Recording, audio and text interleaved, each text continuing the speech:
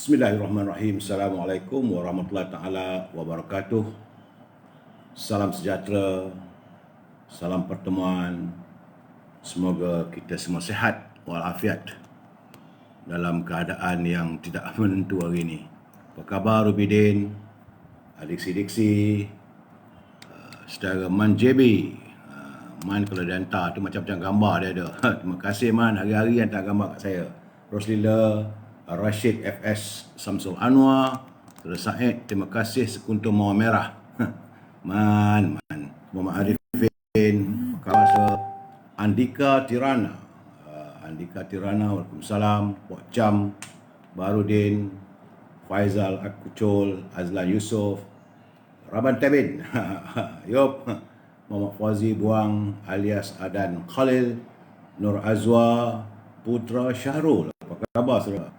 Muhammad Fazrul Kamal Zaman, Waalaikumsalam, selamat berjuang. Saudara Mazuki Matno, Mat Kilau Pahang, teruskan perjuangan. Izzuddin, Haji Azhar Manaf, Nur Haidah, Ruby, sihat Bi ya, bersama pasangan Bi. Saya mendoakan supaya Bi sihat. Mac alias Zubaidi, Hafazah Abu Bakar, terima kasih. Iki, apa khabar Iki? Dir MJ, Baharudin Harun, Bahari, saudara Muhammad Faizal Jamil, Nur Haslinda, apa khabar orang setiawan? Ilham Ibrahim, Mohaiz, Ramzul, Muslim Ahmad, Pak Ngah, apa khabar Pak Ngah? Adri Deli, ya, Lili Mio, Muhammad Fuzail, Yang Maya, serta teman-teman yang lain. Dan Serja Pak Ahmad, saya yang tak sempat saya santun, saya akan santun malam ni, jangan risau. Sebab untuk saya sebut satu persatu nama sampai habis ni kan, tak selesai lagi. Ya, saudara Fuad Rahman, anda makan apa malam ni? Untuk hari ini 8 Februari 2021, laporan COVID-19. Tak tahu sampai bila lah saya harus memberi laporan. Saya mengharapkan supaya ini akan berakhir, saudara. Hari ini kes baru sejumlah 3,100 orang yang dijangkiti oleh virus corona, menjadikan jumlah keseluruhan sudah 245,000. Mungkin besok, lusa nanti dah 250,000 dah. Suku juta. 240,552 yang disapa oleh virus corona. Dan hari ini kematian tertinggi saudara, sejumlah 24 orang menemui maut kesan daripada virus corona. Jumlah keseluruhan yang meninggal dunia sudah 896 orang warga kita ya. Laporan di Sabah nampak gayanya Sabah semalam turun, tapi hari ini ada naik sikit. Semalam 160, hari ini 169. Labuan 2 hari berturut-turut sifar. Di Sarawak juga alhamdulillah, Sarawak ada perkembangan yang baik. Semalam 219, hari ini 84. Begitu juga di Kedah, semalam 43, hari ini 37. Di Pulau Pinang semalam 250, masih tak cerai lagi sebab hari ini 209. Di Perak dia naik 1, semalam 71, hari ini 72. Dan di Selangor ni memanglah orang Perak kata Raban Tabin ya, saudara Zubir Bakar daripada P69 Parit Perak. Di Selangor jumlah yang dijangkiti virus corona hari ini adalah 1,196. Semalam 1,600, tapi masih lagi angka ribuan. Menjadikan jumlah terkumpul di Selangor sudah 79,580 orang. Di Kuala Lumpur ada penurunan, semalam 372, hari ini 295. Putrajaya turun 1, semalam 9, hari ini 8. Di Negeri Sembilan naik balik. Aduhai. Negeri Sembilan semalam 92, hari ini 104. Dan di Melaka masih lagi terus grafnya meningkat ya. Semalam 313, hari ini 344. Saudara Rosli Delui, macam mana lah ni, Lendu. Saya harapkan di Melaka dapat berkurangan. Hari ini 344. Di Johor juga walaupun berkurangan, tetapi kurangnya 9 orang. Semalam 499, hari ini 490 di Johor ya. Di Pahang ada penurunan, semalam 34, hari ini 28. Tapi di Terengganu naik 1 orang, semalam 29, hari ini 30. Di Perlis, aduhai, kita ingat sifar, naik balik daripada 2, hari ini 4 orang dijangkiti oleh virus corona ya, saudara Pak Nazil. Begitu juga di Kelantan, alhamdulillah kurang 2 orang, semalam 32, ini 30. Itulah setakat ini laporan COVID-19 masih lagi suasana yang tidak begitu menyenangkan kita. Berdoalah kita agar saya tidak perlu melaporkan lagi. Saya menanti saatnya untuk kita sama-sama dapat menjalani kehidupan biasa balik. Tapi hari ini sudah 3,100 tambahannya ya. Jadi baiklah kita teruskan dengan usaha kita berniaga e-commerce. E-commerce boleh berhubung dengan Azhar 0113304141. Saya harap mereka yang memesan baulu berdal, memesan rendang tok dan juga kudap-kudapan daripada ibunya, iaitu berupa dengan kerepek, macam-macam kerepek, telah pun sampai kepada saudara. Nikmatilah seadanya rendang tok dari Perak. Saudara ada rezeki, esok lagi kurang, mudah-mudahan. Begitu juga dengan Siti Fareha. Saudara boleh mewawarkan atau mengiklankan produk saudara bersama dengan menantu saya, Siti Fareha, 017-711-4300. 017-711-4300. Jangan lupa dendeng manis Siti Fareha. Enak, sedap. Buah-buahan segar untuk di kawasan Lembah Kelang. Syauqi 012-357-5703. Katanya dia bolehlah melantik siapa-siapa nak jadi ejen untuk penjualan buah-buah segar. Boleh berhubung dengan Syauqi 012-357-5703. Syarikat Kizinis. Aduh, cucu saya nak masuk, dia senyum. Apa khabar? Okey, dia nak melambai saja. Dan akhir sekali adalah untuk anak-anak muda Selangor yang ingin berniaga atau menjadi ejen makanan dimsum halal. Yang tu ada kilang-kilangnya di Puchong. Boleh berhubung dengan saudara Zulkifli Haji Sudin, 0107670371. Ini dimsum. Dimsum ni makanan asalnya daripada negara China. Memang saya dah rasa bolehlah kita makan waktu malam, ganti nasi dan sebagainya. Berhubung dengan saudara Zulkifli Haji Sudin, 0107670371. Itulah e-commerce hari ini. Kita masuk bab sabda junjungan daripada Husain bin Ali bin Abi Talib radhiyallahu anhu, bahawa Nabi Muhammad sallallahu alaihi wasallam bersabda, sesungguhnya Allah Subhanahu wa taala menyukai perkara-perkara, iaitu akhlak dan sifat yang tinggi dan mulia, dan Allah Subhanahu wa taala membenci perkara-perkara iaitu akhlak buruk dan keji. Ini hadis riwayat Tabarani dalam Mu'jam Al-Qawabir, hadis yang ke-2894. Status hadis ini hadis sahih. Jadi pengajarannya sebagai Muslim kita dituntut memiliki akhlak terpuji dan mulia. Allah mengasihi orang yang memiliki akhlak terpuji dan mulia seperti sifat rahmah dan kasih sayang, bertolong, bantu, berlumba melakukan kebaikan dan lain-lain. Allah benci pada orang yang memiliki akhlak buruk dan keji. Jadi wajib bagi kita menjauhi akhlak buruk dan keji, seperti mengumpat, memfitnah, mengadu domba, bermusuh dan sebagainya. Jadi marilah kita sentiasa berusaha menghindarkan diri daripada semua sifat-sifat yang keji dan berusaha memperbaiki diri serta menambah dengan sifat mulia dan terpuji. Ingat saudara, negara rahmah, ummah sejahtera. Hadis ini adalah kiriman daripada Pertubuhan Ikram Negeri Johor. Terima kasih warga Ikram. Saudara, salam impian moratorium dan kumpulan wang simpanan pekerja RM10,000. Juga saya mengharapkan, tak ada lagi lah saya mewawarkan, tapi nak buat macam mana masih belum selesai lagi. Jadi terpaksalah setiap malam saya menyampaikan salam moratorium dan kumpulan wang simpanan pekerja RM10,000. Tajuk perbincangan kita malam ini, pencerahan yang akan berikan adalah antara dua darjat.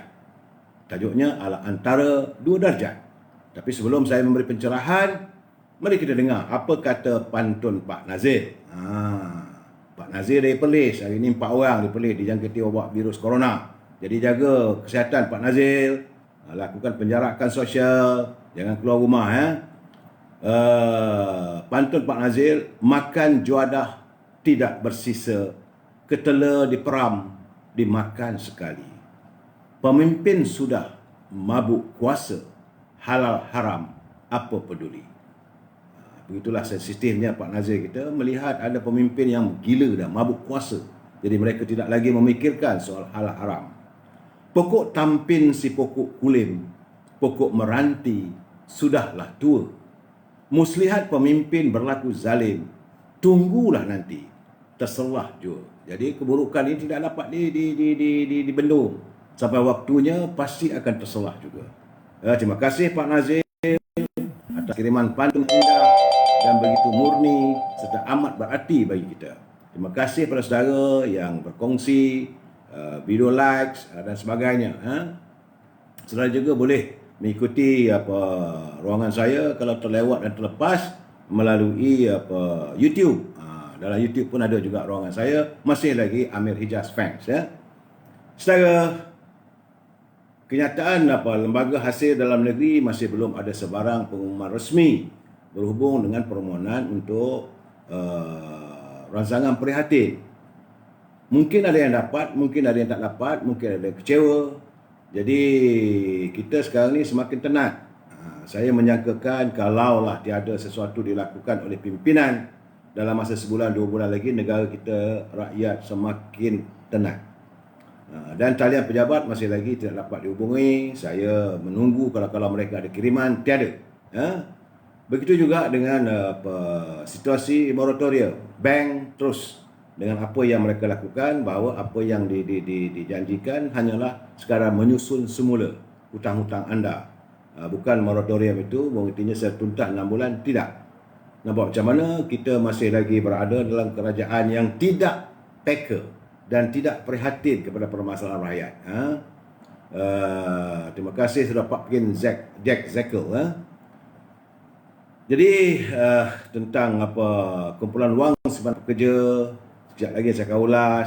Cuma yang saya nyatakan bahawa dalam masa 2 bulan lagi, kalau sesuatu tidak dilakukan, rakyat tidak mampu lagi untuk meneruskan kehidupan.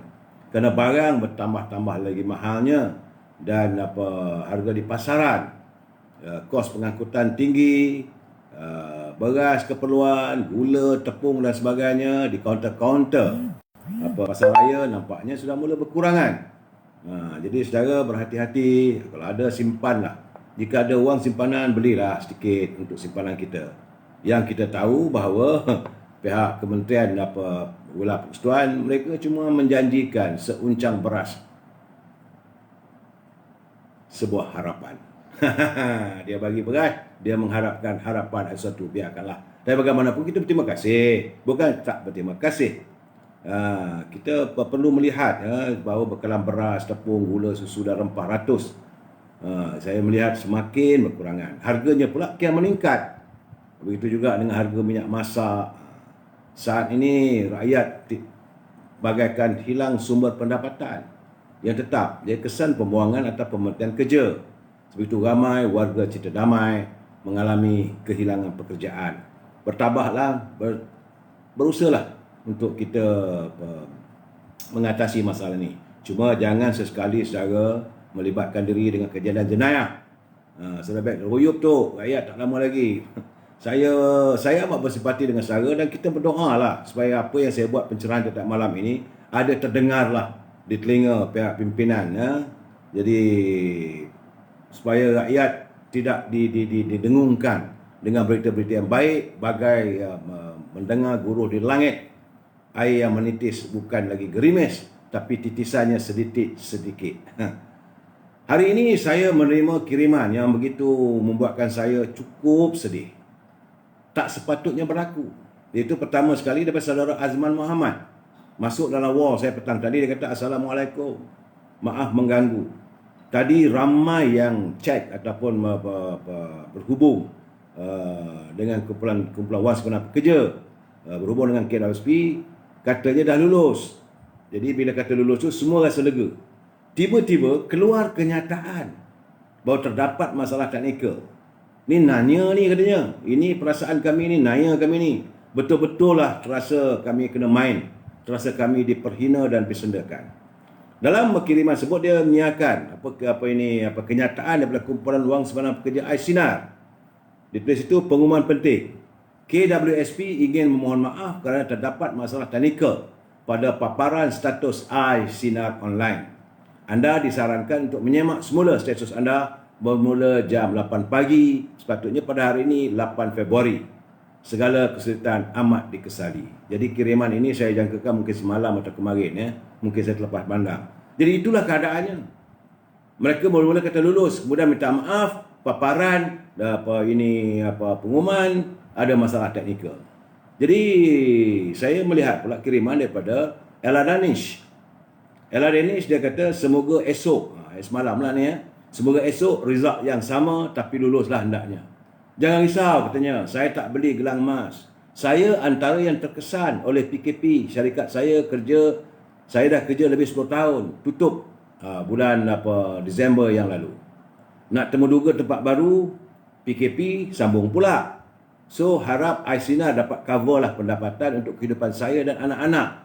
Jadi memang duit yang ada tu tak sempat beli emas katanya. Tapi bayar hutang yang ada. Itulah kehidupan rakyat sebenarnya. Begitu juga dengan kiriman daripada saudara Aziz Ramli. Mohonlah katanya, semoga pagi besok, pagi masalah teknikal, mohon pagi esok jam 8 pagi masalah teknikal tidak lagi. Supaya pemohon tidur lena dalam lena malam ini mimpi indah. Bangun pagi esok KWSP lulus. Harapan tinggal harapan. Dan ini agak garang sikit saudara Buharuddin Ali. Dia kata nak tanya ni nak bunuh kami rakyat ke? Semua kami mengharapkan kelulusan. Jadi kalau ada racun depan kami, baik suruh kami minum saja. Supaya kami tak minta ambil hak kami semua. Kami sangat memerlukan kewangan ini. Kenapalah korang masih tak faham? Jikalau kehidupan kami kaya, buat apa kami nak keluarkan duit tu? Nak tunggu kami mati baru nak keluarkan? Ramai yang mungkin mati tak sempat merasakannya. Inilah yang dihadapi oleh rakyat. Sebenarnya, kumpulan wang simpanan pekerja mereka mempersendakan kehidupan rakyat. Rakyat nak duit tu bukan apa. Tidak lain dan tidak bukan hanya nak untuk menyambung kehidupan yang susah, yang tenat. Wang, penghasilan dah tak ada. Nak berjualan, tak ada siapa nak beli. Barang mahal. Bila menjual barang apa semua tu, tak dapat cover modal. Ini keadaannya. Saudara Gani, saudara Puan Rafidah Osman, Pak Rafidah berharap bagi saya tak mau. Pak Gomo ni malas dia nak layan. Sebab biarlah mereka dia berbalah, berpolemik dengan Datuk Lokman Adam. Saudara Gani, Ukil Huyuk tu. Okey saudara. Ini hari ini 8 Februari. Saudara kena ingat saya ingin berpesan kerana mulai hari ini mengikut pengumuman daripada Menteri Pertahanan Datuk Seri Sabri, mulai hari ini 8 Februari maka bermulalah Seksyen 14 Akta 342. Seksyen 14 Akta 342. Jika sesiapa melakukan kesalahan boleh membawa hukuman penjara 2 atau 5 tahun jika tak patuhi SOP COVID-19. Dah tak ada dah sama-sama lagi. Jadi saudara berhati-hati saudara. Kalau saudara nak keluar, jangan keluar waktu malam begini. Jadi kalau waktu malam duduk di rumah sajalah. Patuhi SOP sebab kali ini tak ada lampak gayanya, tak ada tolerance. Cuma saya bertanya, timbul persoalan di hati saya. Kalau rakyat biasa kena saman. Rakyat biasa nanti akan dibawa ke balai polis, direman selama 48 jam sebelum datang hakim magistrate untuk menjatuhkan hukuman. Kalau saudara ini pemegang pencen saudara mungkin jadi boleh hilang kalau dendanya lebih RM2,000. Kalau saudara adalah penjawat awam, maka saudara akan kehilangan pekerjaan. Itu mengikut di bawah Akta Saraan. Berhati-hati saudara. Itu rakyat biasa. Tapi hairannya bagaimana pula jika ia melibatkan menteri? Menteri, wakil rakyat, pemimpin, ataupun orang-orang ternama. Jadi saya melihat keadaan begini, jika itu berlaku, sudah wujud antara dua darjat. Antara rakyat, marhain dan pemimpin. Sedangkan negara kita mengamalkan sistem rule of law. Kita mengamalkan sistem equal rights. Itu prinsip rule of law. Bukan rule of the jungle. Dalam rule of law, no one is above the law. Tidak ada sesiapa mengatasi undang-undang.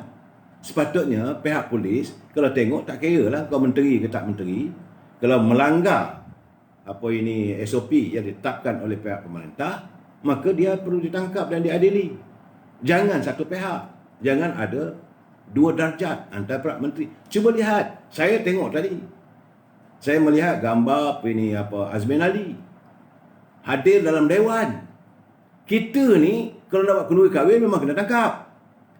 Nak buat bacaan dan nak buat tahlil kat rumah pun kalau polis datang kena tangkap, melanggar SOP. Tapi kalau menteri macam Azmin Ali boleh mengadakan majlis, menyerahkan limau lah untuk pengundi-pengundi warga Cina. Kita bukan rasis. Bukan kita marah dia nak bagilah 1 tan pun bagilah. Nak bagi 1 lori pun kau bagilah. Kita tak ambil kisah pun. Tetapi kamu sudah melanggar SOP. Saya nak tunggu adakah warga Cinta Damai ini membuat aduan kepada polis, minta supaya dia ditangkap. Kerana dia sudah melanggar SOP. Supaya kita tak mahu ada 2 derajat antara rakyat dengan menteri. Begitu juga kita tengok macam semalam saya katakan gambar tular dalam media sosial. Tan Sri Anwar Musa boleh minum, sedangkan tak boleh. Begitu juga menteri sendiri Datuk Ismail Sabri, dia pergi ke Johor apa ke? Boleh makan ramai-ramai pula. Ada menteri-menteri juga yang melakukan benda begitu. Jadi kalau benda begini, kalau kita tengok benda itu keluar dalam media sosial, ambil gambar tu, pergi kepada polis, saya rasa elok kita buat aduan. Mereka ni wajar dipasung. Ni saya Padang tak sama rata. Ni saya tak kisah soal Padang sama tak sama rata, kita tak peduli. Kalau kamu melakukan sesuatu, no one is above the law. Everyone have the equal rights. Itu prinsip undang-undang. Semua orang sama. Jadi kalau mereka melakukan kesilapan, wajar dibawa ke muka pengadilan. Jangan ada double standard, 2 derajat, tak boleh. Jadi kalau saudara ada eloklah buat laporan polis. Dan pihak polis tak bolehlah nak saudara Nas Johorian, law of the jungle. Mereka mengamalkan begitu. Rakyat tak boleh ini, nak boleh ini, nak kahwin pun tak boleh. Macam saya kata semalam, dilangkaui, tangkap. Hanya bergambar kenang-kenangan musim bulan madu. Jadi menteri boleh. Kalau ini berlaku, jadi artinya apa nak jadi negara kita ni? Kemudian ada pula pengumuman yang flip-flop. Sekejap kata bahawa kalau perayaan Tahun Baru Cina, saya bukan rasis, dia tidak. Jadi dia kata tak boleh. Tak bolehlah nak melawat keluarga apa semua. Tapi bila ada pula bangkangan daripada parti politik, tiba-tiba boleh pula 15 orang. Dan yang saya paling hairan, macam saya kata semalam, iaitu pub dan kelab malam. Pub, kelab malam boleh buka sampai pukul 10 malam. Jadi saya nak tanya pula pimpinan dalam PAS, Datuk Taqiyuddin, Sri Agung PAS, di mana anda apabila keputusan ini dibuat? Sepatutnya boleh protes. Bukan kita marah, tidak. Kita warga Cinta Damai, kita warga harmonis. Cuma nak buat sesuatu undang-undang, sesuatu keputusan itu perlu dia kaji semua aspek. Jadi saya fikir, kata, pub buka sampai pukul 10 malam. Jadi kedai pun 10 malam, kalau kita minum teh tak boleh minum kat situ. Kena pakai teh tarik ikat tepi. Teh ais, teh ais ikat tepi. Jadi nampak gayanya orang yang mengunjung pub tu, dia akan minta whisky 1 ikat tepi, stout 1 ikat tepi, brandy 1 ikat tepi. Begitu ke? Ini masalahnya bila dia buat satu keadaan dan kelab malam dibuka. Jadi kelab malam ni kalau dia kata sampai pukul 10 malam, maka tuan punya pemilik kelab malam dia akan buka daripada siang lah, daripada petang. Jadi artinya bukan lagi kelab malam lah, jadilah kelab siang dan malam. Apa nak jadi negara kita? Kamu buka pub, kamu buka kelab malam, masjid kamu tak buka, masjid kamu sekat. Sedangkan semalam saya dah bagi tahu, berkali-kali saya kata bahawa ini tempat kita mengadu pada Allah SWT. Bila kita sujud tu, waktu kita bercakap dengan Allah, ya Allah, ya Tuhanku, hindarkanlah wabak ini segera, selamatkanlah kaum muslimin, selamatkanlah diriku dan keluargaku daripada wabak berbahaya ini. Kalau kita boleh dapat bersembahyang jemaah, bertambah-tambah lagi lah. Saya bukan pakar agama, tidak, tetapi saya ingin menzahirkan kalau mereka boleh buka pub, boleh buka kelab malam, masjid pula disekat-sekat, apa hal kamu ni? Orang Perak kata, Mikema ni buat apa benda ni? Betul ke anda ni mentadbir negara? Itu saya katakan kadang-kadang Menteri Cahaya. Malahan ya, saya semalam saya baca, saya simpan hari ni, saya nak cakap, iaitu kenyataan daripada apa ini, saya ingin memetik kenyataan pihak polis Bukit Aman pun mengakui, jadi anggotanya ada yang keliru dengan prosedur operasi standard SOP Perintah Kawalan Pergerakan yang menyebabkan ada yang tersalah kena compound. Ini semalam Mingguan Malaysia menyiarkan kenyataan pengarah Jabatan Keselamatan Dalam Negeri dan Ketenteraman Awam KDNK Bukit Aman, Datuk Abdul Rahim Jaafar. Dia berkata pihaknya sedang memperbaiki perkara ini dari masa ke semasa. Dia kalau polis pun dah keliru. Ini boleh, ini tak boleh. Ini kena compound, ini tak kena compound. Yang ini dah tulis RM1,000. Jadi ini satu penginayaan pada rakyat. Anda dalam keadaan rakyat yang susah sekarang ni, anda mewujudkan satu undang-undang, satu peraturan yang mencekik kehidupan rakyat. Tak boleh nanti masuk penjara. Berapa banyak penjara nak simpan. Sedangkan apa ini pihak penjara pun sekarang ni tercari-cari nak menggunakan kem-kem khidmat negara untuk menyimpan mana-mana banduan yang agak ringan untuk tempatkan sana. Muat ke penjara nanti. Kalau tangkap di Kedah ada dapat 300 orang, tangkap di Perak, tangkap di Pulau Pinang, tangkap masuk penjara sebab hukuman begitu. Sedangkan sebab itu saya katakan apabila parlimen tidak diwujudkan, bila peraturan ataupun apa-apa undang-undang yang diwujudkan, jadi tak ada check and balance, tak ada pandangan kedua. Itu yang kita minta supaya parlimen diwujudkan, supaya dapat dibahaskan, dikaji semua aspek, maka jadikan ulasan. Nolela pas pap. Itu saya tak mau. Saya bukan mau saya tidak terniat untuk memperkecilkan warga PAS, tetapi pimpinan mereka ada dalam kerajaan. Apakah mereka tidak mau bersuara?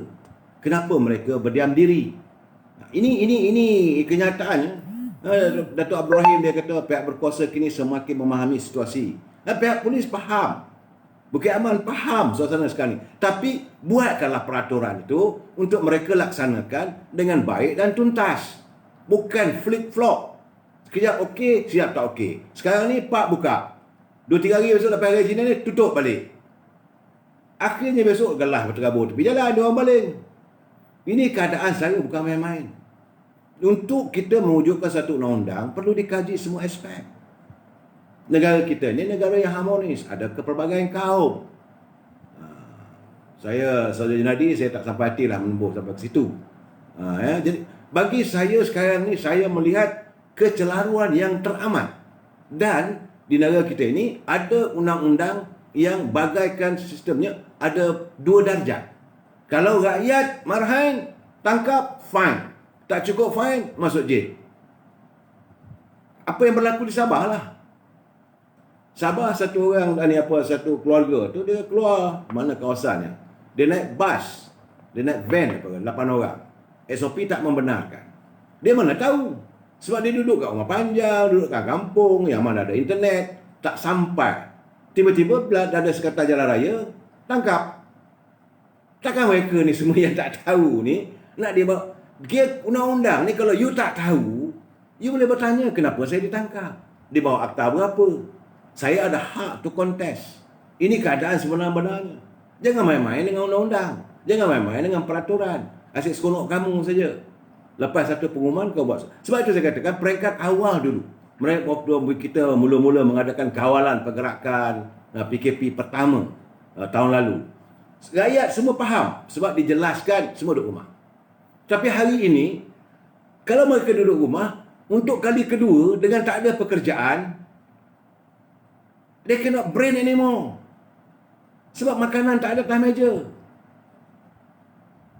Saudara Imran Khan, UMNO dulu, kini dan segala lamanya. Kalau UMNO yang memerintah, saya yakin tidak berani macam ini, tak akan berlaku. Ini kita tengok gambar Menteri Jamu Selera, Azman Ali ada, dan kita nak tanyalah. Saya menzahirkan perkara ini, bukanlah saya benci, bukanlah saya. Jadi ada orang bertanya, Datuk, ini Uni asyik balon apa Tan Sri Perdana Menteri je. Saya kata bukan saya balon, saya menzahirkan pandangan supaya rakyat faham. Tan Sri Perdana Menteri mengadakan lawatan, macam saya katakan semalam. adanya lane hijau nak diwujudkan. Artinya kawasan itu kalau siapa datang dari Indonesia yang bebas, saya tak payah dicek, tak payah di quarantine. Right. Now, Yang Amat Berhormat Tan Sri Perdana Menteri pergi ke Jakarta 4 hari lepas. Okey. Dia pergi ke Jakarta, pergi dengan entourage-nya. Pergi dengan anggota keluarga, kerabat dan sebagainya, termasuk isteri. Puan Sri Noraini. Persoalan kita, apakah Tan Sri Perdana Menteri melakukan kuarantin di rumah? Apakah isteri beliau melakukan kuarantin di rumah? Apakah anggota rombongan, seusaha sulitnya ke, ataupun seusaha politiknya ke, ataupun teman-teman yang orang-orang perniagaan, seringkali kalau Perdana Menteri keluar negeri akan adalah diikuti bersama rombongannya, satu rombongan, bukan 3-4 orang, mungkin ramai, mungkin pergi lebih awal, tunggu nak sambut Perdana Menteri. Jadi nak memperlihat, nak menggambarkan bahawa Perdana Menteri mendapat sokongan ramai. Di persoalan dia, kalau di kuarantin setelah dia balik daripada Jakarta. Apakah mereka balik daripada Jakarta itu, rombongan itu, di kuarantin? Saya melihat yang pasti ada adalah Menteri Luar, Datuk Seri Syamuddin. Beliau tak terkecuali daripada hukuman ataupun perintah SOP-nya mesti kuarantin 14 hari. Sebab dia pergi awal. Dia berjumpa dengan counterpart dia ataupun rakan sekerjanya Menteri Luar Indonesia. Mungkin dia tinggal kat hotel. Apakah disahkan? Okey, dia buat swab test. Tapi apakah dipastikan tidak ada jangkitan COVID? Jadi sepatutnya dia balik mesti ada kuarantin. Mesti ada saringan yang untuk supaya tidak berjangkit kalau ada jangkitan. Jadi kalau menteri boleh, rakyat tak boleh. Menteri boleh pergi rentas, bukan sempadan, rentas negara, bukan rentas negeri. Okeylah, kita terimalah Perdana Menteri. Jadi menteri, anggota rombongan, rentas negara, balik rentas negara, tak ada kuarantin. Ini persoalan. Saya cakap terus terang, kalau saya nampak ada gambar menteri luar berada di ini, kita akan persoalkan. Dan jika beliau melanggar, maka sewajarnya diambil tindakan. Jangan lupa itu hari dia menteri apa ke, dia Takiri. Dia pergi ke Turki. Dia balik dan tidak melakukan kuarantin. Heboh di parlimen. Begitu juga sekarang ni Menteri Luar. Kata darurat, tapi kesana ke sini. Bila ada darurat, maka tak bolehlah perintah kesana kamu, ke sini kamu. Soal kamu nak berbincang dan sebagainya, okey, tak ada masalah. Tapi apakah dipatuhi SOP yang diwujudkan? Kalau tidak, tak usah wujudkan SOP. Mudir powerful, Agung pun tak berani halang dia. Saya seli-seli, saya tak boleh kata begitulah. Sebab bagi saya, no one is above the law. Prinsip saya dalam kita negara hukum. Negara hukum tidak ada sesiapa pun mengatasi undang-undang. Ini pagi tadi juga saya terima satu persoalan. Satu persoalan saya tengok ada seorang menteri. Menteri dalam klaim dia ada dalam wall saya. Menteri ini bercuti. Tak tahulah dalam negeri ke luar negeri. Tapi tuntutannya sejumlah RM103,000. Saya kata astagfirullahalazim. Di saat rakyat mengikat perut, rakyat susah dengan barang nak dapat duit daripada EPF tak dapat, moratorium tak dapat, menteri bercuti, kerajaan bayar RM103,000. Kalau 70 menteri bercuti kali dengan RM103,000, artinya 7 juta. Ni what type of minister you are? Tak malu ke klaim? Saya rasa mungkin pegawai yang menguruskan benda begitu di Kementerian Kewangan, dia pun marah. Dia kata, wah sedap-sedap menteri ni. Dia RM103,000 ada dalam wall saya. Saya terkejut. Dia kata malam saya bercakap. Jadi kalau itulah natijahnya. Padan pun mereka tak nak keluar. Padan pun mereka tak nak keluar dan tarik handbrake. Sebab menteri ini datang daripada UMNO. Ini saya cakap terus terang. Kita leadership by example. Sepatutnya gaji dipotong. Pak Jokowi, anak beranak dia tak ada seorang pun buat berniaga.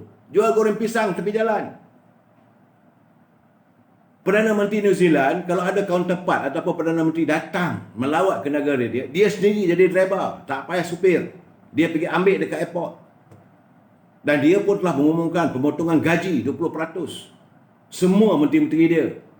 Dan allowance apa semua itu dipotong. Ini menteri klaim 103,000 untuk bercuti.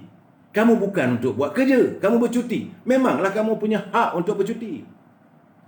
Saleh Tarikh, saya tak mau sebut nama tu, tapi dia datang daripada UMNO, menteri itu.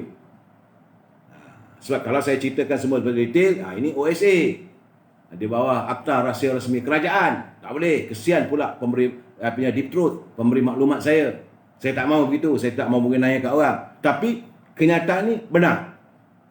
Dan Kementerian Kewangan perlu membuat kenyataan berhubung dengan klaim sejumlah 103,000 yang dituntut oleh seorang menteri kerana percutian. Di saat rakyat susah. Kalau kita senang, kau bantailah, kita ambil kisah. Ini masalah ni, kita tengah susah. Kalau begitu, akhirnya persepsi rakyat, kalau satu menteri 100,000, kalau apa-apa 70 menteri timbalan menteri, 7 juta. Anda semua dah dapat gaji. Bukan sikit-sikit gaji menteri. Ada 30,000, ada 40,000, ada 60,000, ada 100,000. Anda ada gaji. Anda ada allowance. Rumah semua boleh katakan hidup senang lenang, tapi rakyat hidup menderita. Ini tak boleh dibenarkan, tak boleh diizinkan. Jadi sebab itu, mereka tak mau keluar daripada kerajaan. Bagai nak geraklah Datuk Zahid menyatakan ahli-ahli UMNO peringkat akar umbi telah memutuskan 145 bahagian memutuskan supaya ini ditarik sokongan. Tak nak keluar sebab sedap. Jadi menteri, timbalan menteri, pengurusi JLC, pengurusi Perbadanan Felda, pengurusi Perbadanan Felkra, Risda, macam-macam jawatan. Dan bila bercuti, boleh claim. Allowance perjalanan. Tak malu ke? Anda bernama menteri, tak malu ke? Pada rakyat yang sekarang ni tengah mengikat perut. Jadi tindakan anda itu bagai mencurah lagi air garam di atas luka derita yang dialami oleh rakyat. Jadi anda ni manusia ke apa? Saya minta maaf bila saya tengok benda itu, saya terkejut. Kalau benda itu tak betul, takkan ada dalam. Dan saya harus melontarkan. Dan kita menuntut. Saya menuntut supaya Kementerian Kewangan memberi penjelasan kenapa perkara ini diizinkan. Jadi tarikh dia buat tu pada 28 Januari 2021. Siapkan tarikh saya ada. Nombor dia punya pun ada. Tapi tak bolehlah kita nak dedahkan. Saudara. Dan ini yang berlaku sekarang ni. Jadi kita merasakan rakyat susah. Kamu senang lenang. Bercuti boleh claim. Kalau pergi luar negeri, balik claim. Pergi antara daerah, kamu pergi ke Johor ke, balik claim. Wow, rakyat susah. Dalam syarikat, kalau syarikat tu rugi, kau nak tuntut apa lagi? Sekarang ni negara kita ni dalam keadaan mengalami kemelesetan ekonomi yang teruk. Teramat teruk sekarang ni. Kalau kita banyak duit, negara kita ni okey. Ada masalah. Tapi masalah sekarang, rakyat susah, negara teruk, kamu buat yang gini. What type of people you are? Langsung tidak ada keperhatian. Itu keadaannya. Dan kita haraplah benda ini dapat di sini. Saya tak mau memanjangkan isu ini, tetapi saya menzahirkan keperhatian saya, perangai menteri, kerana itulah mereka rasa enak duduk dalam kementerian sebagai menteri. Nah, kita lihat pula dalam iklan. Ini kita masuk bab siri sisi pilihan raya. Saya artinya genderang pilihan raya sudah pun berbunyi. Dan pilihan raya umum akan berlaku. Kerana saya tengok papan iklan Perikatan Nasional Ampang. Terpampang besar-besaran, Mak Lampir, gambar Mak Lampir, gambar ini Rina Harun, di Melaka dah naik dah, bahawa Azmin Ali pun dah pasang dia punya kain rentang dan sebagainya. Dan kita lihat dalam kita punya laman Sesawang, mereka sudah pun mencetak gambar yang saya katakan bahawa antara Perikatan Nasional, antara Parti Pribumi dengan PAS. Yang lain tak ada. Jadi Parti PBS, sedarlah diri anda. Warga PBS Sabah kena sedar diri. Anda bukan anak tiri. Anda hanyalah melukut di tepi gantang. You are not needed by them. Parti-parti lain, parti gerakan, tak payahlah nak bersorak, nak bertempik. Tak ada langsung pun lambang parti gerakan. You are nowhere to them. Yang disantuni sekarang ni hanyalah parti PAS, sebab PBM nak bertengik dengan PAS. Warga PAS kena sedar benda begini, supaya anda tidak dikudakan oleh mereka. Cuma dalam keadaan sekarang ini, saya nak bertanya. Kita harus bertanya. Asyik diorang aja duk melakukan kepada Barisan Nasional ni, kita nak tanya. Apabila kamu membuat satu logo, apabila kamu menggunakan kamu punya barangan kempen, bolehkah kamu buat barangan kempen itu seperti plagiat kepada apa yang milik Barisan Nasional? Warna biru, warna Barisan Nasional. Typeface, Barisan Nasional. Daripada Barisan Nasional kepada Perikatan Nasional. Apakah tidak boleh kita mengambil tindakan undang-undang? Saya minta warga Barisan Nasional, pimpinan Barisan Nasional, wajar kita memfailkan tindakan undang-undang.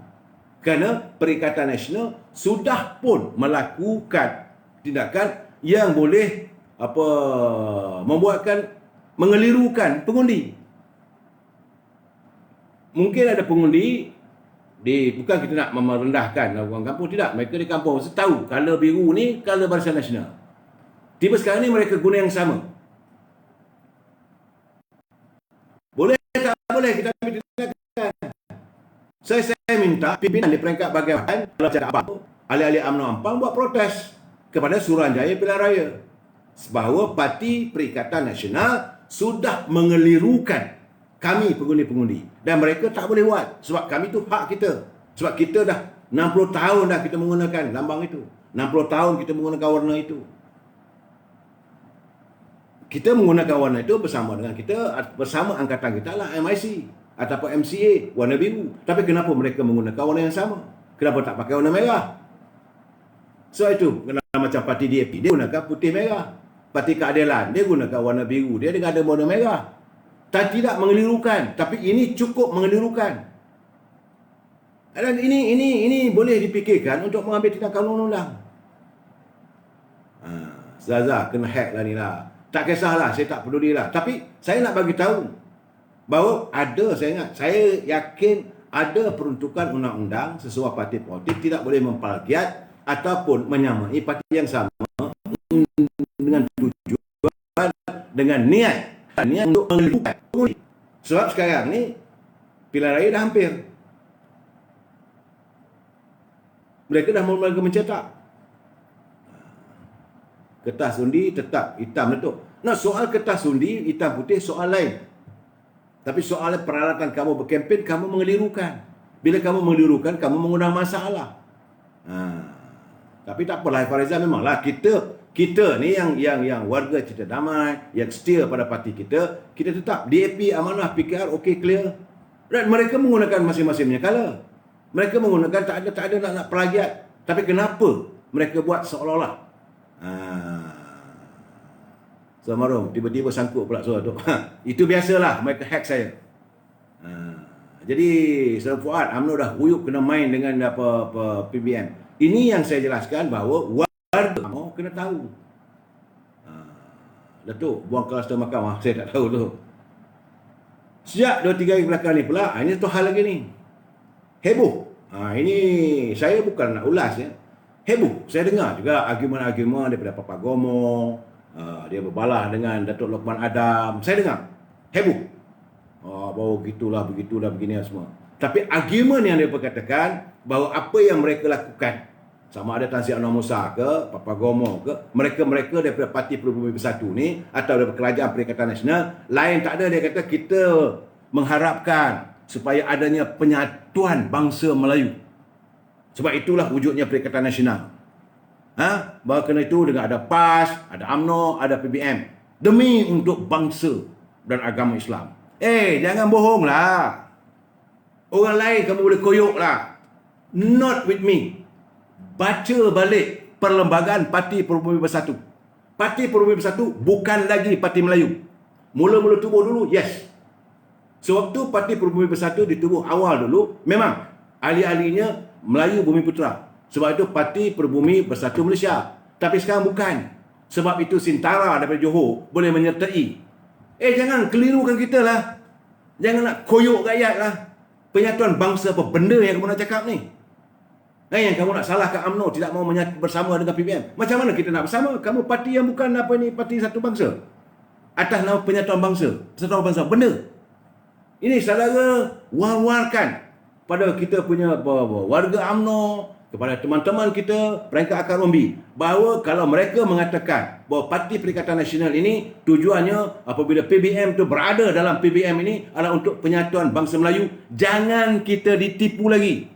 Enough is enough. Kita ada mata, kita ada telinga, kita ada fikiran. Jangan kita mengingat bahawa mereka telah mengumumkan bahawa Parti Pribumi Bersatu bukan lagi Parti Melayu.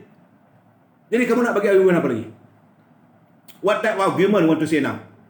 Bahawa yang katakan bahawa bila UMNO tak sokong dengan PBM ini, tak patutlah sebab tujuan kita nak menyatukan bangsa Melayu. Hey, kamu ni parti bangsa Melayu ke? You is out of the question. Tapi saya cuba dengar, tak ada seorang pun menyuarakan persoalan ini. So malam ini saya harus menyantuni, saya harus menyuarakan bahawa jangan nak jual koyok. Jangan nak jual orang Melayu ni dengan dogma, dengan slogan bahawa Perikatan Nasional ini untuk menyatukan bangsa Melayu. Porah. Pembohong. Sebab parti PBM bukan parti Melayu. Nak saya bukan marah lah saudara. Saudara Saudara Abu Bakar Akasa marah nampak sangat malam ni tu. Saya marah, bukan saya marah, saya nak memperjelaskan supaya kita ni tidak dikoyok-koyokkan. Sebab kita ni tidak dikoyokkan. Mereka menggunakan kita seolah-olah kita ni parti kita, tapi mereka nak menumpang, nak mengambil kesempatan, nak menipu pengundi. Satu. Yang kedua, saban malam mereka menyalahkan UMNO. Jadi mereka mengatakan bahawa mereka wujudnya Perikatan Nasional untuk menyatukan bangsa Melayu. Ini satu pembohongan yang paling nyata. Yang jelas muafakat nasional, yes. Sebab itu ia diterima oleh seluruh bangsa. Kita diterima. Peringkat akar umbi, UMNO dengan PAS menerima dengan baik. Sebab terbukti bahawa ini penyatuan bangsa Melayu. Tapi bila dia hadir, dari dulu saya dah cakap, kehadiran ini macam adalah kehadiran ular berbisa masuk dalam kelambu. Yang mengundangnya oleh yang ada sekarang ni lah. Sebab itu saya berkali-kali mengatakan bahawa kita tak boleh terima. Dan peringkat akar umbi pun dah tahu tak boleh terima. Tapi kenapa mereka masih lagi menjual koyok?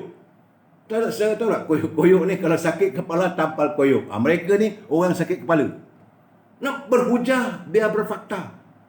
Kalau you nak mengatakan parti kamu itu untuk menyantuni ataupun menyatukan bangsa Melayu, okey, buktikan. UMNO jelas. Ini saya dengar tadi mainkan lagu anak kecil main api, terbakar hatinya yang sepi.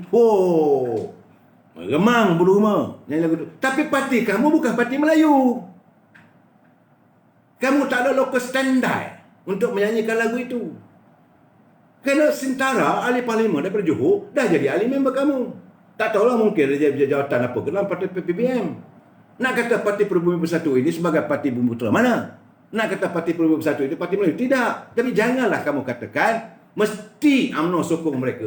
Demi penyatuan bangsa. Demi orang Melayu. Apa benda kamu cakap ni? Fakta. Saya kalau mereka bercakap fakta, saya diam. Tapi kalau saya lihat benda ini seolah-olah nak memperbodohkan bangsa saya, I cannot accept it. Kalau kamu nak memperbodohkan bangsa Melayu dengan kepelbagaian kamu punya slogan, itu saya akan pangkah. Saya minta maaf lah saudara ya. Sebab saya dengar bahawa Tan Sri Anwar Musa pun kata begitu, Papa Romo begitu, pimpinan Azmin Ali pun kata begitu juga. Ini belum nak kempen pilihan raya nanti. Jadi sebagai bekalan bila kita nak menghadapi mereka, sebab pilihan raya dah dekat, supaya rakyat tidak dikoyok-koyokkan, khususnya orang Melayu, supaya warga PAS di peringkat akar umbi faham bagaimana mereka menipu pimpinan di atas. Jadi saya cuma hairan macam mana pimpinan di atas tak terfikir ke boleh merestui benda-benda yang sebegini. Apakah dengan apa? Saya anggap bersimpati dengan pimpinan PAS. Bila mereka berada dalam kerajaan, mereka seperti dipermainkan, diperlekehkan. Macam mana pimpinan PAS nak berhadapan dengan ahli-ahlinya? Kalau ahli bertanya, bila kamu berada dalam kerajaan, tiba-tiba draw nombor ekor, selalunya dah 5-8 kali seminggu, sebulan, dah naik 23 kali. Seperti seolah-olah kamu bersekongkol dengan perjudian. Sedangkan all this while kamu bercakap siapa saja yang bersekongkol dengan perbuatan yang dikutuk oleh Allah SWT seperti judi itu, maka kamu akan dilaknati oleh Allah SWT. Now, macam mana nak buat ni? Kamu memperjuangkan rang undang-undang RUU 355. Tiba-tiba keluar kenyataan daripada ketua timbalan ketua pemuda PAS bahawa keadaan ini tak boleh nak laksanakan lagi. Dulu kata boleh. Saya bukan nak mencaci mereka, tidak, tapi bagi saya biar berfakta. When you argue with the fact. Kalau kamu cuba nak jual koyok, you're going to face it. Kerajaan sekarang ni sedang Azhar Idrus kerajaan setang. Sebab itu saya melihat pakar-pakar agama para pendakwah sudah melihat pimpinan kerajaan hari ini dengan pandangan yang cukup tidak baik. Kemudian saya meyakini, ini satu hal lagi ni. Ini musim pilihan raya ni. Musim pilihan raya ni mereka dalam kerajaan, betul. Sebab itulah setengah orang tu nak selalu kerajaan. Kerana bila mereka mewakili parti kerajaan, maka bila datang pilihan raya umum, maka banyaklah wang masuk penderma. Jadi kalau mereka dah terima banyak wang, kalau mereka menang, mereka tutang budi. Kita adalah 5-6 orang tokoh-tokoh besar, kapitan. Ada Vincent, ada Yu Ting Le, ada Lee Kim Yew, ada Ananda Krishnan, adalah ramai lagi pemain-pemain dunia korporat. Saya berkeyakinan bila datang pilihan raya, macam Lee Gotong, Genting dan grup apa semua tu, tentulah mereka ni akan menyumbang. Seringkali mereka akan pada parti kerajaan. Di sini saya bersyukur. Kerana kali ini, bila wakil-wakil daripada UMNO yang bertanding, mereka tidak ada lagi terikat dengan jasa budi mereka-mereka yang memberi bantuan ataupun derma politik. Kita tak terikat kali ini. Sebab itu saya nak bagi tahu awal-awal kepada warga UMNO, jangan kita mengharapkan laba dalam musim pilihan raya. Dulu-dulu kalau musim pilihan raya, sebab orang panggil gaya. Wang turun mencurah-curah. Sekarang ni kita pandang sepi saja. Kalau ada orang main duit tengah saja. Jangan risau. Sebab yang kita nak labanya nanti apabila hadir sebuah kerajaan yang benar bersih. Hadir daripada pimpinan-pimpinan yang kita calonkan sebagai calon untuk parlimen atau Dewan Undangan Negeri, mereka tidak terikat dengan mana-mana orang yang nak menaja. Sebab kalau ada mereka taja bila musim pilihan raya, kalau mereka menang, mereka terikat. Bila terikat, mereka kena balas budi. Bila minta itu yang jadi sekarang ni, tanah boleh kena kebas. Ini gambarannya ya. Ini pesen lama dah main duit ni, betul.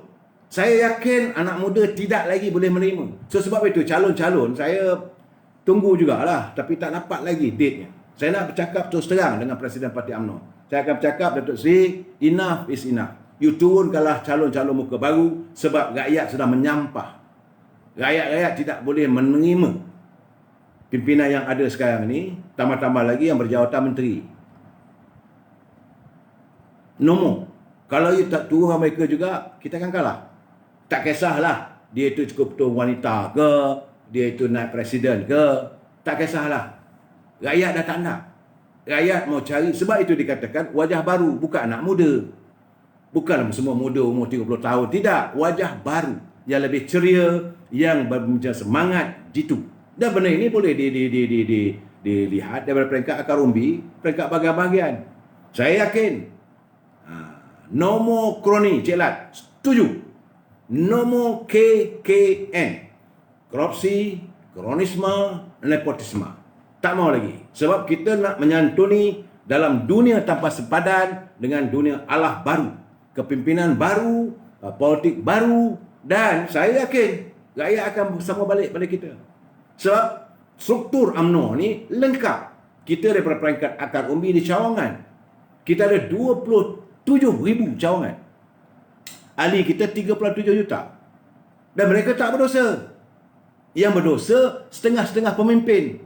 Yang bergelar menteri yang saya katakan tadi tu, dapat jadi menteri, cuti dapat mendapat klaim kerajaan 103,000. Mereka lah orang yang berdosa. Kita nak cari anak muda yang baik yang boleh kita ketengahkan. Tapi bukanlah semuanya muda-muda belaka. Susah juga nanti. But to me, saya yakin lah. Sebab itu kalau orang bercakap dengan saya, kita mesti bergabung sana, kita kena gabung dengan parti. Tak payah. Tidak ada keperluan. Rakyat dah muak, rakyat dah tengok.